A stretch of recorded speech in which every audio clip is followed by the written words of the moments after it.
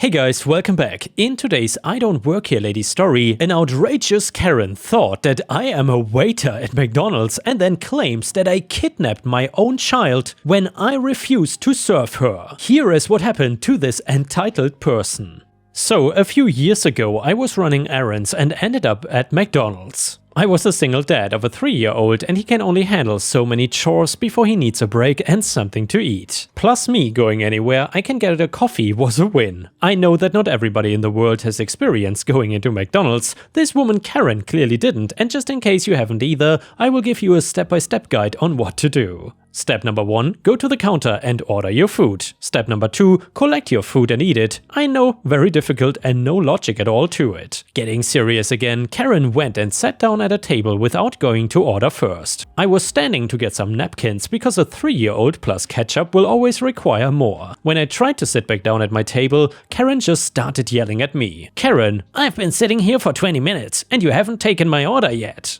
Yeah, she was acting like this was gonna be some sit-down restaurant. Also, she had been there for 3 minutes at the most. Me, you need to order your food at the front. Karen, no, I'm sick of you workers being lazy and trying to make me do your job for you. So take my order and put it in because I'm hungry. Me, I don't think you understand. I was gonna tell her that I didn't work there, but Karen, no excuses. That's the problem with your generation and having no work ethic. Haven't you ever heard the phrase that the customer is always right? Now, are you gonna take my order or just stand around like a moron? Me, no, I'm not gonna take your order. As I was saying before, I don't work here. I came to eat with my son. I sit down and think Karen will figure it out and shut up, but instead she gets even angrier and gets in my face before slapping me. I'll admit that she cannot slap hard at all, but that doesn't mean that I was okay with it. I was angry and took everything to reel myself back in from hitting her. I like to set good examples for my son, and violence on a lady much smaller than me just isn't it. Karen, how dare you lie and disrespect me? You will regret speaking to me this way. She went into her bag and pulled out her phone to call the police. She started crying in the line that she was at McDonald's and some crazy man was trying to kidnap her son. She did not have a kid with her and I knew exactly what she was trying to do. She even described her son over the phone to match the description of my son sitting there. When she hung up, she had a smug-ass look on her face. Speaking of look on faces, the employees had zero clue what to do in this kind of situation. They could hear the police were called and just waited to let them handle it. I was just gonna wait things out to try and convince the police that I was the actual parent and did not kidnap my son or anything. I was scared though, and so was my son at this point because of all the chaos. He was crying and I was holding him to try and calm him down. Then Karen made the biggest mistake of her entire life. I felt her hands trying to rip my son out of my arms and into hers. Doing this caused my son to absolutely wail. It was a mix of being scared and also the fact that we worked on strange danger. He was taught if somebody he did not know tried to grab him, he needed to scream as loud as he could. Hated that it needed to happen, but glad in a weird way, because I know he understands the concept and how it works. In the moment, I was not thinking of any of that because I wasn't thinking at all. I could not allow her to try and yank my son away from me, so I did the only thing I could. While holding my son with one arm, I used the other to forcefully shove her onto the floor, where she hit her head and fell unconscious. All of this happened unfortunately before the police arrived. They came into a scene of a woman on the ground, me, a large male, standing over her, and a toddler in my arms who was screaming. I don't blame them at all for trying to get me in handcuffs because they thought that I was dangerous and stealing her child. Hell, if my kid was a baby or something, there would have been a good chance I was arrested without questions and my life ruined due to a lie. Instead though, I sat there and they tried to calm my son down to answer a question. They were nice and he loved the police officers. He even wanted to show them all the toy he got in his meal, not having a clue what was happening to me. Also, the medics were looking over Karen and trying to get her to regain consciousness to check her out and question her. With my son gone, they were able to ask the million-dollar question. Officer, do you know who that man is? Points at me. Son, Daddy! Officer, did you come here to eat with him from your house? Son, no. At this moment I had a mini panic attack not knowing why he would say that. Son, first we ate Cheerios and got dressed. Then we went to the store because my blue shoes were small and I got these new green ones. He showed them his shoes and I calmed down. He thought they wanted a rundown of his entire day. He was more than happy to give it to them and they uncuffed me once they realized that I was his dad and didn't try and kidnap him. Officer, you are so good at answering questions. Can you answer just one more? That lady my friends are with right now, have you ever seen her before? Son, no, she is a stranger danger. So I yelled. I really love how my son says things sometimes and the story just wouldn't feel right without it. I got to tell the police what happened and they used the store footage to see the slap and her trying to grab my kid. At this point she was sitting up and seemed to be fine. I knew this because she was screaming about pressing charges against me for pushing her. None of the police were going to arrest me for defending myself and my child from her. Instead, I got asked if I wanted to press charges and you can bet I said yes. She got arrested for both the assault and battery and for attempted kidnapping of a child. After about 30 seconds, resisting arrest was added because she was fighting the police and refusing to cooperate with them, still claiming that I was a horrible waiter and that McDonald's should fire me like it had any importance at this point. Seriously, you're getting arrested and still fixated on wanting to place a food order. It really makes me wonder if she was on something at the time or if something was wrong with her head. Anyway, I never did find that out, but she was found guilty and sent to prison for like a year. After the arrest, I was talking to one of the officers and found out that he had responded to a call about this woman before, at a different fast food place for causing a disturbance when demanding to be served. So this was clearly a habit, and this time she had taken it way too far and finally got in trouble for it. And here, Ripe Stars, if you still enjoy the stories about entitled people, then please don't forget to like the video and subscribe to the channel if you haven't already. That would help me tremendously. Thank you so much, and the next one is titled The Wedding from Hell. So my friend Dana, female 29, was supposed to be getting married this past Sunday. The wedding got cancelled though, and things had gotten very crazy. Dana was getting married to Josh, male 32. She is still in college with me and asked a few friends from college, myself included, to be her bridal party. Now from the start, this wedding has been a disaster. I'm gonna just point out a few of the crazy stuff we dealt with. Number 1, she refused to invite my best friend who she's supposedly good friends with because she thinks we are lesbian lovers. The fact is, we are not. Number 2, she had us go to the dress fitting and then demanded each of us pay $2,000 each for our dresses. Apparently, she had a specific style she wanted. I can afford it, but I won't buy a $2,000 dress for one event. Some of the girls in the bridal party don't have that flexibility with money. Number 3, apparently Josh could not invite any single females that were not blood relatives of him, so if he had any female friends, they were axed. One of the girls in the bridal party does not drink because of her religion. Dana accused her of being pregnant in front of her parents and almost got her kicked out of her house. The truth is, she was not pregnant and she dropped from the bridal party. She was a class act though and never bad-talked Dana, just said she couldn't make it. We found out about it pretty much on the day of the wedding. Number 5, she tried to make us cancel our holidays with our families to instead go with her to a destination bachelorette party. I work full-time even during holidays, so I told her that was not happening. More of the bridesmaids said similar things and she dropped it. That is just 5 things of countless drama this wedding was having before the day. Now to the meat of the story comes on the wedding day. The day started horrible. Dana was having a meltdown because apparently the flower girl had to cancel because she has chicken pox. She was threatening to sue the mother unless she brought this sick 3-year-old to the wedding. Josh apparently was able to calm her down from this starter outburst, and we then began preparations. The whole day she had constant outbursts, she made people cry, like wedding staff and bridesmaids, and the MOH deserves a medal for the amount of diplomacy and bullcrap control she had to do. I, for the most part, took the easy route and decided to work outside the bridal suit, like checking flowers, making sure food was okay, basically any excuse not to be around the bride. Eventually, I had my makeup and hair done, and then the bride asked for a little bit of time alone to decompress from the stress. We did not even fight it. You could not see a group of women run faster away. The wedding was starting in 30 minutes, so we figure she should be fine alone for that little.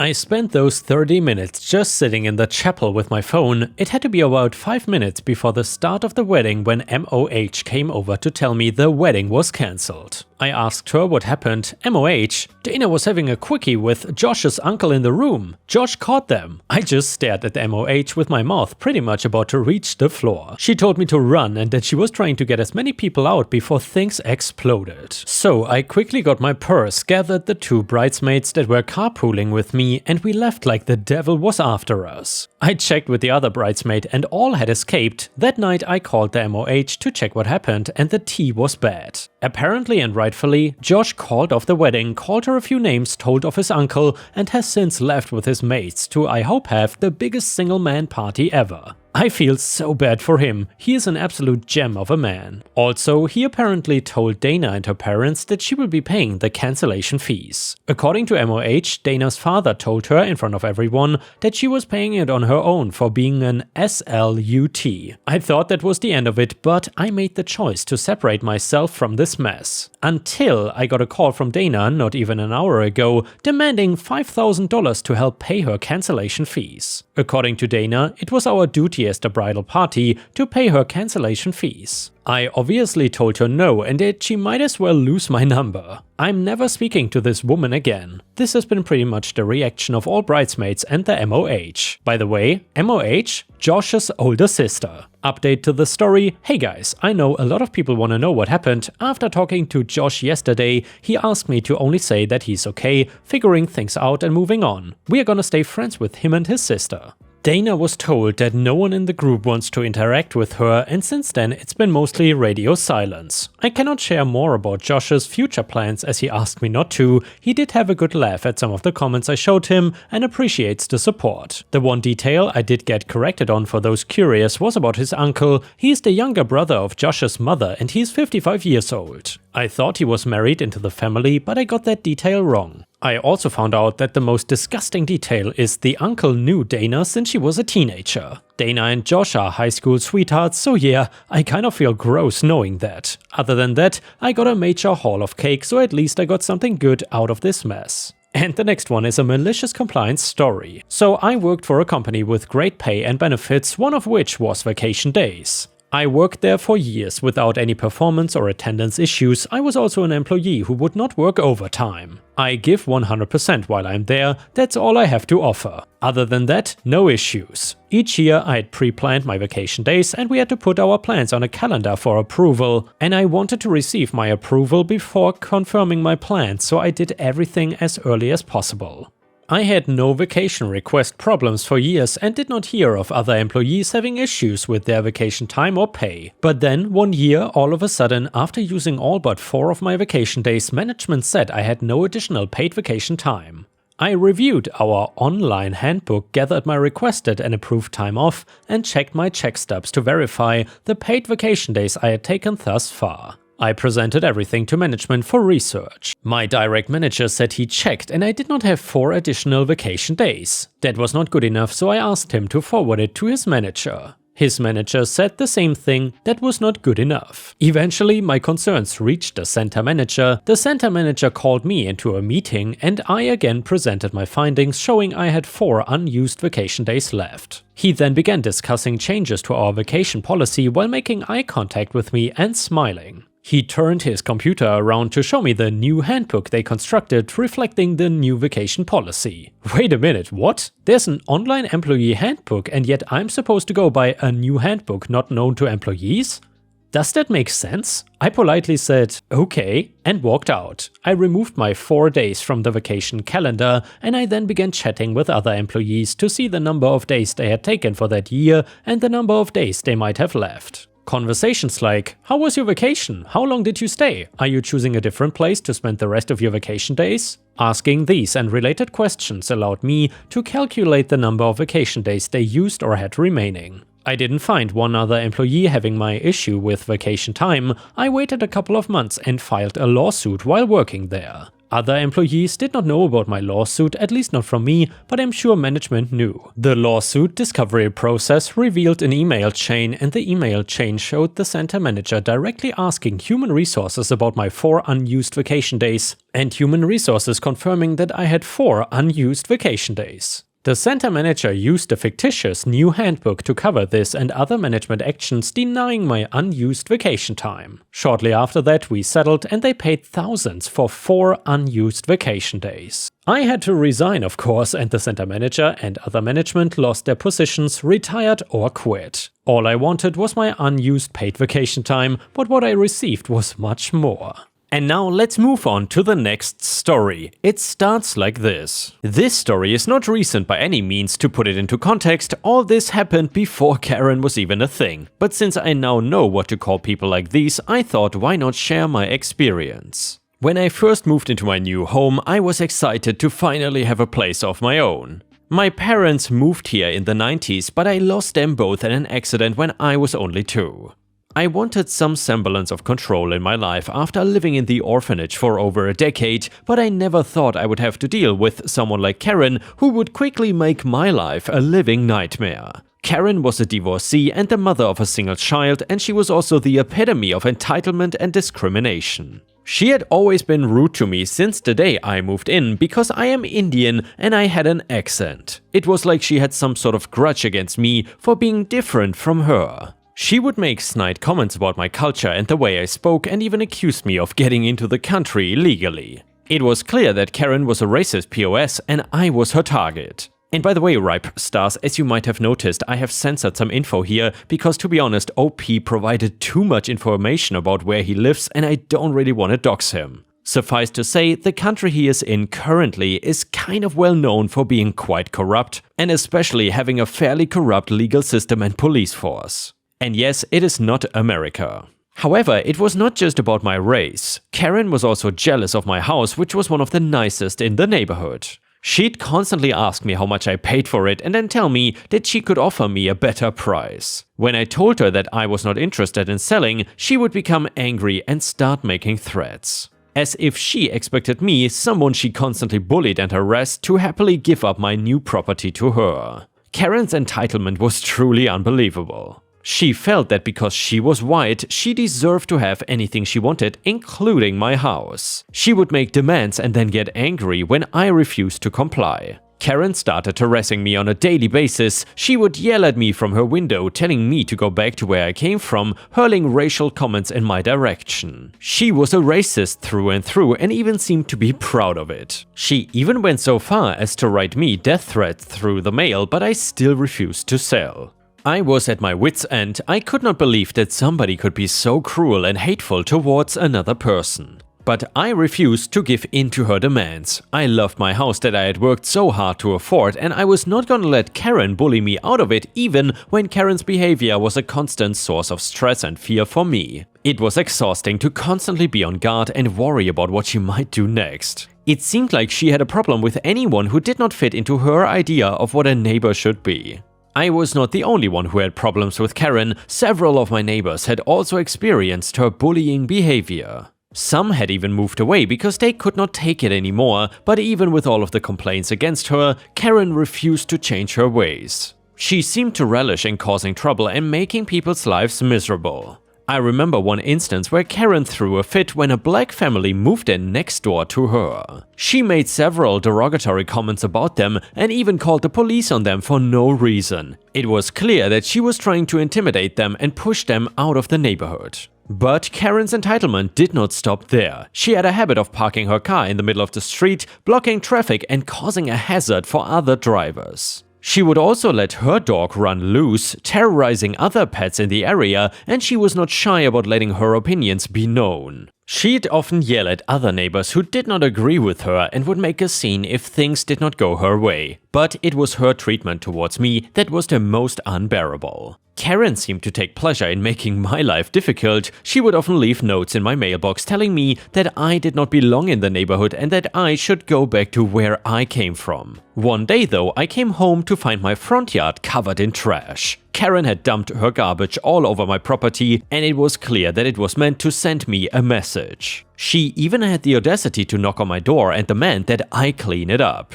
Karen would also make noises late at night just to disturb my sleep. She'd park her car in front of my driveway, making it difficult for me to get in and out. And one day, Karen decided to take her harassment to a next level. She started calling my workplace, pretending to be a customer, and making false complaints about me. It was a blatant attempt to get me fired. Luckily though, my employer saw through her lies, but it was a stressful and humiliating experience, especially since I was one of the youngest people in the team. Despite all of Karen's efforts, I refused to give in to her demands. I loved my house and my community, and I was not going to let her push me out of it either. Despite the constant fear and anxiety that Karen's behavior had caused me, I refused to give in to her demands. I continued to make repairs to my property and took extra precautions to protect it from further damage. However, there was something else too. I feel a little shy saying this, but I was in love with Karen's daughter. EE was my age, a kind, gentle soul who had been trapped under her mother's abusive and controlling grip her entire life. I knew Karen would never approve or allow our relationship, so I never made a move, but in my heart I knew I loved that sweet girl and I wanted to help her. Because even though Karen was horrible towards me, she was downright cruel to her daughter and treated her like a maid. Really, Karen's behavior towards her daughter was just despicable. She would belittle her, control her every move, and make her feel like she was nothing without her. E was never allowed to make her own decisions or follow her own dreams. It was as if she was a prisoner in her own home. So while I was dealing with the entitlement and racism of Karen, E was dealing with everything else. Also, Karen's behavior towards me was not only limited to racism and harassment, but also destroying my property in order to devalue it and force me to sell it to her. It started with little things like pulling out my flowers. At first I thought it was just some kids playing stupid pranks, but then I noticed it was happening more frequently and always at times when Karen was around. One day though, I came home to find that Karen had painted graffiti on the side of my house. The offensive message was a clear attempt to bring down the value of my home and make it unsellable. It was shocking to see how far she was willing to go to get what she wanted. But Karen's destruction did not stop there. She would often park her car on my lawn, causing tire tracks and ruining my grass. She also had a habit of throwing trash into my place, including broken glass and other dangerous objects. It was like she was trying to make my property as unappealing as possible. One time I came home to find that Karen had dumped a bucket of paint all over my bicycle. The paint had completely ruined the exterior, and it was clear that the damage was intentional. I felt violated that someone would do something like this to me, but another time I woke up to find that Karen had set fire to my front porch. Fortunately, the fire department was able to put out the flames quickly, but the damage was extensive. The fire had destroyed my porch and had caused smoke damage throughout my home. I could not believe that Karen would stoop to such a low level to get me to sell my house. Karen's destructive behavior was not limited to my property, however. She would also often mess with other parts of the neighborhood as well. She would dump her dog's poop on the sides of the road, tear down for sale signs, and even spray paint offensive messages on other people's homes. It was clear that Karen's behavior was a nuisance to everyone in the neighborhood. People were too afraid to confront her, and it seemed like she had everyone under her thumb. Her entitled toxic behavior was the cause of so much stress and anxiety for everyone around her, and it was clear that something needed to be done. The worst incident happened when I went on vacation for a week. When I returned, I found that Karen had broken into my house and vandalized it. She had smashed windows, torn up furniture, and even painted offensive messages on my walls. It was clear that she wanted me out of the neighborhood at any cost, and unfortunately there was little I could do. Where today it's easy to record a person and have them blasted on the internet in hopes of getting some kind of justice, back then you could only hope that the police would not beat you up for bothering them with so-called small inconveniences. Anyways, Karen's behavior towards me and my property continued to escalate, and it was clear that she would stop at nothing to get me to sell my home. It seemed like every day there was a new instance of her destroying or messing with my property, and it was becoming increasingly difficult to keep up with the damage, and it all came to a head that day. The day started out just like any other. I went to work, ran some errands, and then returned home. However, as I turned onto my street, I noticed something strange. My mailbox was missing. At first I thought maybe it had fallen over or been hit by a car, but as I got closer I could see that it had been completely destroyed. It was as if someone had taken a bulldozer to it. I was in shock. Who would do something like this, and why? I went to my neighbor's house to see if they had seen anything, and that's when I heard the news. Karen had done it. Karen had been bragging about destroying my mailbox and making it clear that she was behind it. Apparently she had been so angry that I refused to sell her my house that she decided to take matters into her own hands. She used the bulldozer to destroy my mailbox just to teach me a lesson and make me fear her. And honestly speaking, I was not even shocked that she would go to such length just to get her way. She was that crazy. It was a clear attempt to intimidate me and make me fear her. After the incident with my mailbox, I knew I had to confront Karen and put an end to her destructive behavior once and for all. I was tired of living in fear and knew that I had to stand up to her. So then I went to Karen's house and knocked on her door. When she opened it, she had a smug look on her face like she had been expecting me. "What do you want?" she sneered, crossing her arms over her chest. I took a deep breath and said, "Karen, I know that you're the one who destroyed my mailbox. I want to know why you would do something like that." Karen just shrugged and said, "Because I can. If you have a problem with it, move away and hand over that house to me. It's not like anyone will pay good for it now anyway." I could not believe that she would say something like that to my face. But Karen was not finished. She continued, "You know, you can try to report me to the police or whatever, but they're on my side.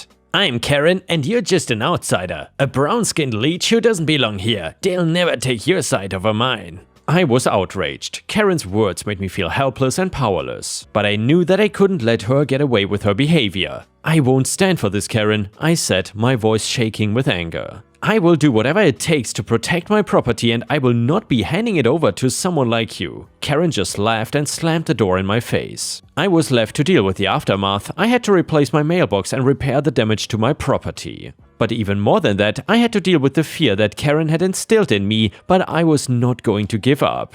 I knew that I had to fight back and take action to stop her destructive behavior once and for all. I contacted the police again and reported Karen's behavior. This time I made sure to document everything, from her destruction of my property to her racist remarks. To my surprise, the police took my report seriously and began an investigation. Karen's destruction of my mailbox may have seemed like a small act of vandalism, but it ended up having big consequences for her. As it turned out, destroying mailboxes is a federal offense that can result in significant fines and even jail time. Karen was now facing serious charges and the possibility of a lengthy prison sentence. The trial was a long and arduous process, but in the end, Karen was found guilty and sentenced to several years in prison. Her actions had finally caught up with her and she was forced to pay the price for her destructive behavior. Karen's reign of terror was finally over and now both E and I could live in peace. However, E was still afraid because now she was left all alone on her own and there was no guarantee that her mother would not just come back and punish her for living with me, an Indian. It was while we were contemplating our future when we received a call.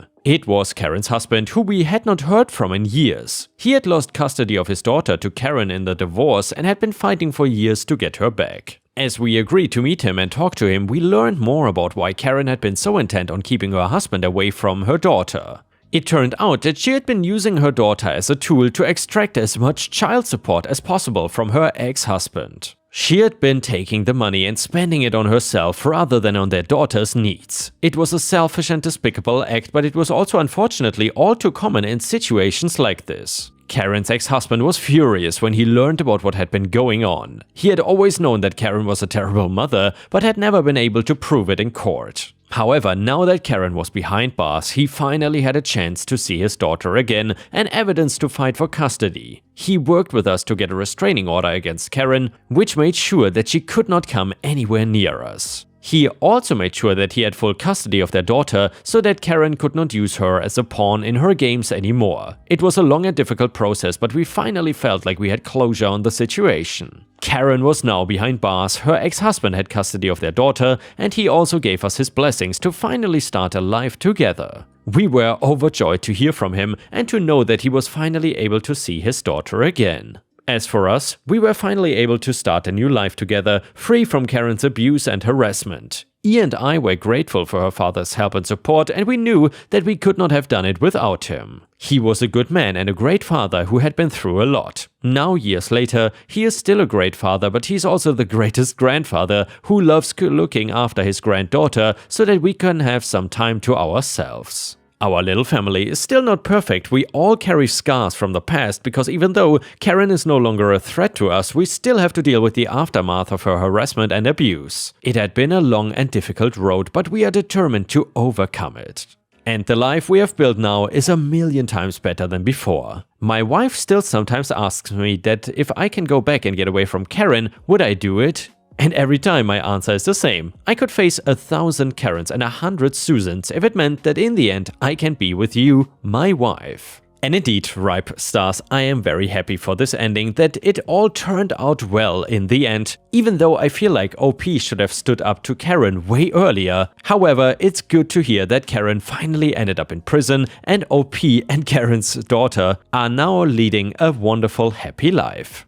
And with this, we have reached the end of the video. However, if you cannot get enough of my content, please check out my endless playlist, where you can find thousands of hours of content. In addition, please don't forget to subscribe to my channel to not miss any of my daily uploads. Thank you so much in advance, and I hope to see you again tomorrow.